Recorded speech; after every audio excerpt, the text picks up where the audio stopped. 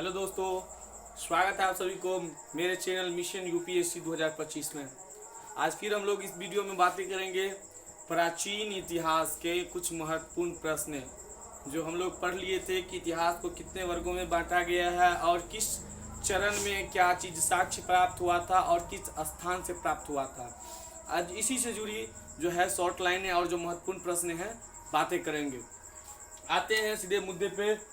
जो है पहला जो है हड्डी निर्मित मातृ देवी की प्रतिमा प्राप्त हुई थी।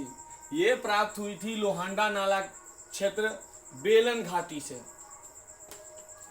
हड्डी निर्मित यानी हड्डियों से जो निर्माण किया गया रहता है मातृ देवी। पहले क्या था, जो अभी भी देखेंगे हाथी के दांत का जो है कई चीज पहले बनाए जाते थे, इसलिए क्या था हाथी का जो है शिकार होता था। अभी आप जाइएगा, अगर यहाँ हम लोग जो है बिहार से हैं तो बिहार में जो है दरभंगा में जो म्यूजियम है कामेश्वर सिंह जो है संग्रहालय है, उसमें आपको ढेर सारा हड्डी से निर्मित जो है मूर्ति वगैरह जो है मातृ देवी की मूर्ति है, तो कुछ कंघा टाइप से है, तो कुछ हथियार टाइप से है। वो काफ़ी चीज़ जो है हड्डी से निर्मित है। तो पहले क्या होता था, हमारे पूर्वजों जो है मरे हुए पशु या मरे हुए इंसान के हड्डियों को जोड़ जोड़ कर जो है मूर्ति टाइप से बना देते थे, कुछ संरचना बना देते थे।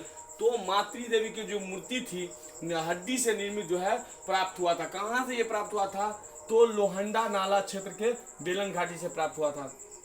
अब दूसरे पॉइंट पे आते हैं। दूसरा पॉइंट है बृहत पाषाण स्मारक की पहचान की गई थी।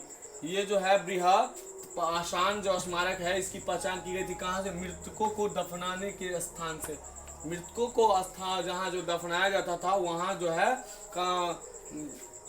से जो प्राप्त हुआ था, क्या था वो जो है बृहत पाषाण स्मारक की पहचान की गई थी। अब आते हैं तीसरे पॉइंट पे। तीसरा पॉइंट जो है राष्ट्रीय मानव संग्रहालय स्थित कहाँ है, भोपाल में। राष्ट्रीय मानव संग्रहालय, जैसे आपको बताया कि संग्रहालय जो होता है वहाँ क्या होता है, जो पुराने जो भी वस्तुएं हैं जो खादान में प्राप्त हो या जो भी चीज़ दुर्लभ है उसको क्या करते हैं सरकार जो है उसको सुरक्षा प्रदान करता है। उसको क्या करता है, एक जगह संगठित करके संग्रह करके एक जगह सुरक्षा के साथ उसको रखा जाता है, जो कि आने वाले पीढ़ी जो है हमारे उसको देख सके और उसके बारे में पढ़ सके। जो ऐसे ऐसे चीज़ भी हुआ करते थे इतिहास में। तो इसलिए क्या है, जगह जगह पे हर एक राज्य में जो है संग्रहालय बनाया गया है। पटना संग्रहालय है, जो है बिहार संग्रहालय है, तो ढेर सारा संग्रहालय। आपको बता दें कि हमारे दरभंगा में जो है वो 2 संग्रहालय हैं। पहला जो है क्या है उसका, एक तो है कामेश्वर सिंह जो दरभंगा के महाराज हुआ करते थे, उनके नाम पे संग्रहालय। उनसे जो भी चीज़ें जुड़ी होती थी उनको संग्रहालय में रखा गया, जैसे उनका पहनावा, वस्त्र, सिंहासन, हाथी दंत का सिंहासन जो है, हथियार है, तोप वगैरह है, जो भी चीज़ है उसको क्या है संग्रह करके रखा गया है। तो सरकार क्या है पुरानी जो है एंटिक पीस जो सामान्य होती है उसको क्या है उसको जो है सुरक्षा प्रदान करता है, एक जगह उसे संगठित करके रखता है, जो कि पब्लिक आके जो है आके उसे देखे और समझे कि ऐसे ऐसे चीज़ भी हुआ करता था। तो इसलिए जो है सरकार जो है मानव संग्रहालय स्थित है। मानव संग्रहालय स्थित है कहाँ, भोपाल में। तो मानव संग्रहालय से सुनने से ही मालूम चल जाता है मानव का संग्रहालय, जो इंसान से जुड़ी हुई संग्रहालय है। इंसान से जुड़ी हुई जो भी वस्तुएं हैं उस संग्रहालय में रखा गया होगा, इसलिए उस संग्रहालय का नाम जो है मानव संग्रहालय रखा गया। ये कहाँ है, भोपाल में। भोपाल हमारे देश की एक राज्य है जो सबसे बीच में पाया जाता है, मध्य प्रदेश, जिसे भोपाल मध्य प्रदेश की राजधानी भोपाल है।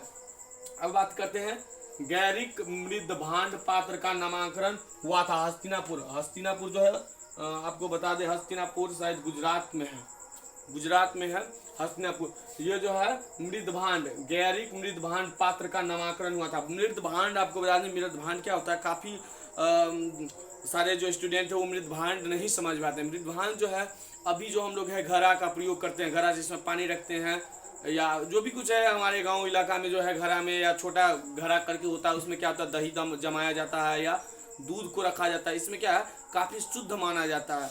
कई जगह इसमें चाय वगैरह बनता है। तो उस समय में हमारे पूर्वज क्या था मिट्टी के बर्तन का प्रयोग करते थे। उसमें मिट्टी के बर्तन को भी क्या थे उसको काफ़ी लो पे उसको जो है गर्म तपा करके उसको एक नया रूप दिया जाता था, उसमें जो है कई रंगों से चित्रकारी की जाती थी, उसी को ही मृदभांड कहा जाता था। तो मृदभांड का जो है मृदभांड पात्र का जो नामांकन हुआ था हस्तिनापुर से।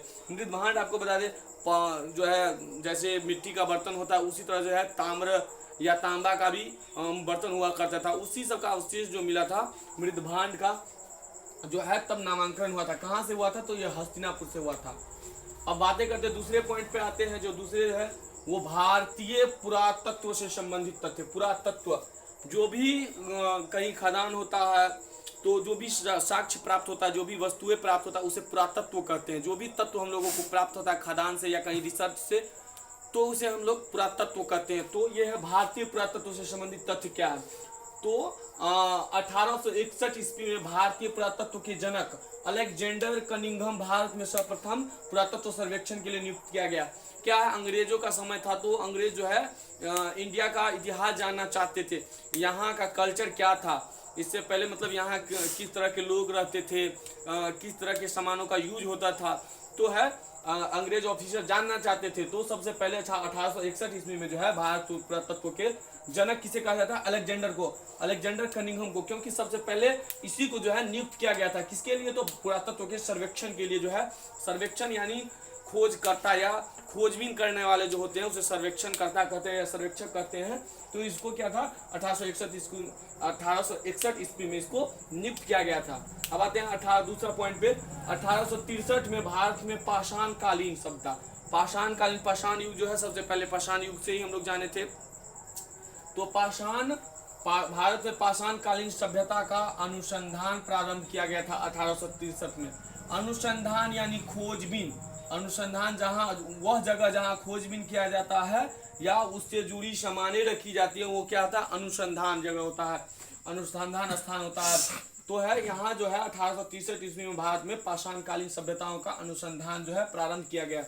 अब आते तीसरे लाइन पे, ये है 1861 में जो है पुरातत्व सर्वेक्षण सरकार के एक विभाग के रूप में गठित किया गया। पुरातत्व सर्वेक्षण जो है यानी खोजबीन का जो कार्य था उसको क्या है 1861 में जो है सरकार के एक विभाग के रूप में जो है गठित किया गया। क्योंकि सरकार के साथ कई विभाग हुआ करता था, शिक्षा के विभाग, जैसे डेवलपमेंट का विभाग। तो क्या था, सर्वेक्षण को भी, ये पुरातत्व को भी एक विभाग के रूप में गठित किया गया।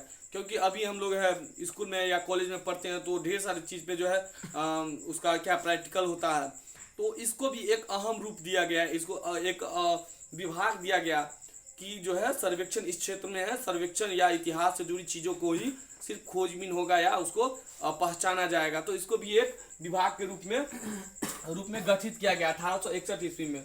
चौथा लाइन है 1901 ईस्वी में लॉर्ड कर्जन के समय में पुरातत्व सर्वेक्षण विभाग को केंद्रीकृत कर भारतीय पुरातत्व सर्वेक्षण का नाम दिया गया। आपको बताया थे कि 1871 ईस्वी में जो है सरकार ने इसको एक विभाग के रूप में दिया। तो 1901 ईस्वी में लॉर्ड कर्जन के समय में, लॉर्ड कर्जन जब गवर्नर हुआ करता था उसके समय में क्या हुआ, पुरातत्व सर्वेक्षण विभाग को केंद्रीकृत कर केंद्र के काम को सौंप दिया गया। केंद्र का काम हुआ करता था जो है पुरातत्व पे ध्यान दिया जाए, तो केंद्रीकृत कर पुरातत्व सर्वेक्षण का नाम दिया गया तथा जॉन मार्शल को इसका सर्वप्रथम महानिदेशक बनाया गया। क्योंकि किसी भी विभाग का क्या होता है, महानिदेशक जरूरी होता है, जो उसका जो है देख रेख करने वाला, उसका कंट्रोल जो होता है एक जरूरी होता है। तो इसमें जो है 1901 में लॉर्ड कर्जन के समय में किसको महानिदेशक बनाया गया था, तो जॉन मार्शल को इसका सर्वप्रथम जो है महानिदेशक बनाया गया था। तो दोस्तों उम्मीद करता हूँ कि जो भी लाइनें हैं मैंने समझाने की कोशिश की है और आपको समझ आया होगा। इसी के साथ जो है ये तीसरा वीडियो था हमारा प्राचीन इतिहास का, और आगे की इससे जो आगे का जो लाइन है, जो इम्पोर्टेंस नोट्स है, वो हम आपको चौथे वीडियो में लेके आएंगे। तो बने रहिए हमारे साथ, और हमारे चैनल को अभी तक सब्सक्राइब नहीं किया तो सब्सक्राइब कर लीजिए, क्योंकि रोज़ हम वीडियो लेके आपके लिए लेके आते हैं। बाय बाय दोस्तों, जय हिंद।